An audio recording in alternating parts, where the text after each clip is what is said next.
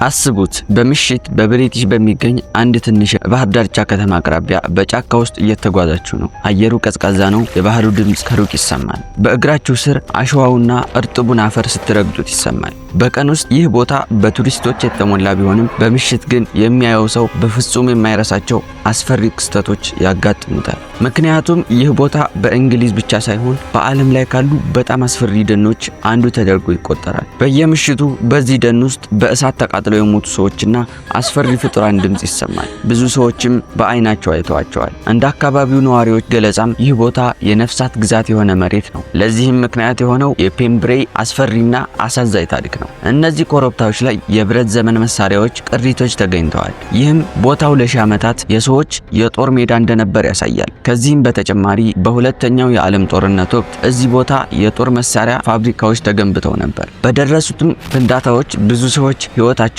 አጥተዋል። ወታደሮችም በምሽጎች ውስጥ ሆነው አገራቸውን ሲከላከሉ ተሰውተዋል። የነሱ ጩኸትና ስቃይ ዛሬም በእነዚህ ጫካዎች ውስጥ ይገኛል። ይህም በአንድ ወቅት በአንድ ወጣት አማካኝነት ታውቋል። በተጨማሪም ከዚህ ደን አጠገብ ያለው የባህር ዳርቻ ረጅም የሽብር ታሪክ አለው። እስከ እንግሊዝ የእርስ በርስ ጦርነት ድረስ ብዙ የሚያልፉ መርከቦች በማዕበል ተመተው ጠፍተዋል። በመቶዎች የሚቆጠሩ ሰዎችም በእነዚህ የባህር ሞገዶች ውስጥ ለሞት ተዳርገዋል። አሁን የእነዚህ ሁሉ ተጎጂዎች ነፍሳት በዚህ ደንና በባህር ዳርቻው አካባቢ ያንዣብባሉ። በዚህ ምክንያት በዚህ አካባቢ ሰውን የሚያንቀጠቅጡ አስፈሪ ነገሮች ተከስተዋል።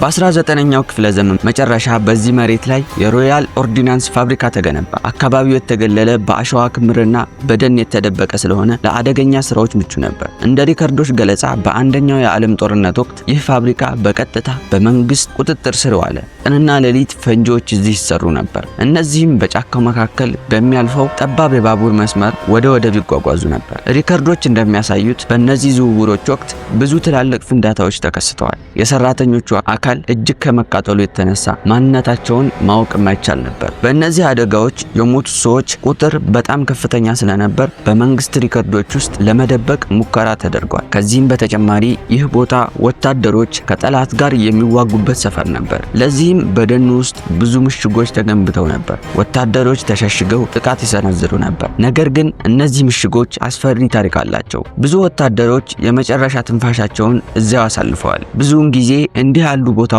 ጸርተው ለሌላ ስራ ይውላሉ። ነገር ግን ከሁለተኛ የዓለም ጦርነት በኋላ በፔምብሬይ የኮንክሪት ምሽጎች፣ የመጋዘን ፍርስራሾችና የባቡር ሐዲድ ቁርጥራጮች እዚያው ተረሱ። ምናልባትም የሰዎቹ የመጨረሻ ትንፋሽ፣ ስቃይና ጩኸት ዛሬም በእነዚህ ቦታዎች ውስጥ የቀረው ለዚህ ይሆናል። በቀን ውስጥ እነዚህ ቦታዎች ተራ ፍርስራሾች ይመስላሉ። ነገር ግን በምሽት እውነተኛው ታሪክ ይገለጣል። ከደን ውስጥ የሰዎች ጩኸትና የእርዳታ ጥሪ ይሰማል። በ1990 አንድ ቀላል የትምህርት ቤት ፕሮጀክት ለአንድ ወጣት የህይወቱ ትልቅ ቅዠት ሆነ። ጄኬብ የተባለ በአካባቢው የሚኖር ተማሪ ከጓደኛው ኤለን ጋር ወደ ደኑ ሄዱ። መምህራቸው በዛ አካባቢ አደገኛ ቦታዎች ላይ ፕሬዘንቴሽን እንዲያቀርቡ ነገሯቸው። ጄኬብም በጫካ ውስጥ የተደበቁ ምሽጎችን ካርታ ቢሰራ ፕሮጀክቱ ልዩ እንደሚሆን አሰበ። ለነሱ ይህ እንደ ጀብዱ ነበር። ከዛም በጠዋት ፀሐይ ብስክሌታቸውን ይዘው ወደ ደኑ ገቡ። ፍርስራሾቹ ጋር ሲደርሱም ብስክሌታቸውን አቁመው በወረቀትና በእርሳስ የኮንክሪት ምሽጎችን ቅርጽ መሳል ጀመሩ። የፈረሱ ግንቦችና ዝገት የበላቸው ሀዲዶችን አገኙ። ጄኬብ እነዚህን በወረቀት ላይ እያሰፈረ ሳለ ወደ ደኑ ውስጠኛ ክፍል መሄድ እንዳለባቸው ተሰማው። እዚያም የመጀመሪያውን ምሽግ አገኙ።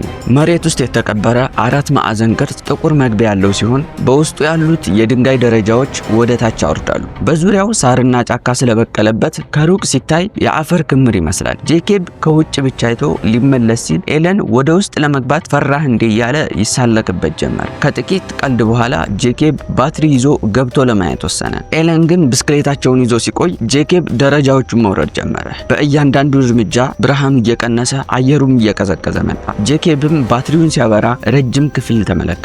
ግድግዳዎቹ ላይ እንግዳ የሆኑ ምልክቶችና ስንጥቆች ነበሩ። ነገር ግን በድንገት አንድ እንግዳ ነገር ተከሰተ። ጄኬብ አየር ውስጥ አንድ የሚያቃጥል ሽታ ሸተተው። እንደ ፕላስቲክ ልብስ ወይም ኬሚካል የሚቃጠል ይመስል ነበር። ጄኬብ ትንፋሹን ለመያዝ ቢሞክርም ሽታው እየጠነከረ መጣ። ከዚያም ሌላ የሰው ስጋ የሚቃጠል የሚመስል አስፈሪ ሽታ መጣ። በዚህ ቅጽበት የሆነ ችግር እንዳለ ገባው። ባትሪውን ግድግዳው ላይ ሲያዞር ጥቁር ምልክት አየ። ሲጠጋው ምልክቱ የእጅ አሻራ ነበር። ጄኬብም በድንጋጤ ጉሮሮው ደረቀ። በፍጥነት መውጣትን ፈለገ። ነገር ግን በድንገት አንድ አስገራሚ ነገር ተከሰተ። ጄኬብ በአይኑ ፊት ከፍተኛ ብርሃንና እሳት ተፈጠረ። በዚህ ቅጽበት ሰውነቱ ላይ ከፍተኛ ሙቀት ተሰማው። ሙቀቱ እየጨመረ ሄዶ ጄኬብ በስቃይ መጮህ ጀመረ። ልብሶቹ በእሳት ተያይዘው እየተቃጠሉ ነበር። ጃኬቱና ጂንሱ በአይኑ ፊት እየቀለጡ ነበር። ስጋው ተቃጥሎና ጥቁር ሆኖ ይታይ ነበር። ጄኬብ በዚህ ስቃይ ውስጥ ሲጮህ ከአፉ የሚወጣው ድምጽ የሱ ሳይሆን የሌላ ሰው ድምጽ ነበር። የአንድ ሰው ብቻ ሳይሆን የብዙ ሰዎች ድምጽ። ነገር ግን በሁሉም ድምጽ ውስጥ ያለው ስቃይ ተመሳሳይ ነበር። ከዛም በኮንክሪት ወለል ላይ ወደቀ። እሳቱን ለማጥፋት መሬት ላይ መንከባለል ጀመረ። በእያንዳንዱ እንቅስቃሴ አዲስ ስቃይ በሰውነቱ ውስጥ ያልፋል። ከዚያም እንደምንም ብሎ ወደ ደረጃው ተጠጋ። ባትሪውም ወለሉ ላይ ቀርቷል። ጄኬብም እየተንፏቀቀ ደረጃውን ወጥቶ ወደ ውጭ ወጣ። ሰውነቱ አሁንም የሚቃጠል ይመስለው ነበር። ትንፋሹ ሲመለስ አይኑን ከፈተ። ምንም እሳት የለም። ልብሶቹም ደህና ናቸው። ቆዳው ላይም ምንም የቃጠሎ ምልክት የለም። ኤለን በድንጋጤ ቆሞ ጓደኛው ሲጮህና ወለል ላይ ሲንከባለል አይቶ ነበር። እንደ ኤለን ገለጻ ለጥቂት ሰከንዶች የሚቃጠል ሽታ ነበር። ሁለቱም ዝም ብለው ቆሙ። ከዚያም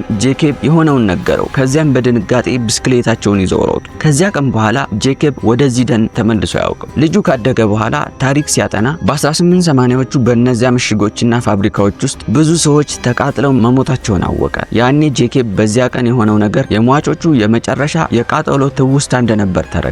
ራሱን እንደ እድለኛም ይቆጥራል። ነገር ግን ጄኬብ ብቻ አልነበረም። በ2006 ጋሬት የተባለ ሰው ከልጁ ሪያን ጋር በደን ውስጥ ሲራመዱ የተቃጠለና የቆሰለ ሰው ተመለከቱ። ሪያን ሰውየው ፊቱን ሲያዞር አስፈሪ ፈገግታ እንዳለው አየች። ጋሬት ሊረዳው ቢሞክርም ሰውየው በጫካ ውስጥ ጠፋ። በተጨማሪም በ2000ዎቹ መጀመሪያ ኮሊን እና ዴቪድ የተባሉ ሰራተኞች በደን ውስጥ 7 ጫማ የሚረዝምና ቀንድ ያለው አስፈሪ ፍጡር አዩ።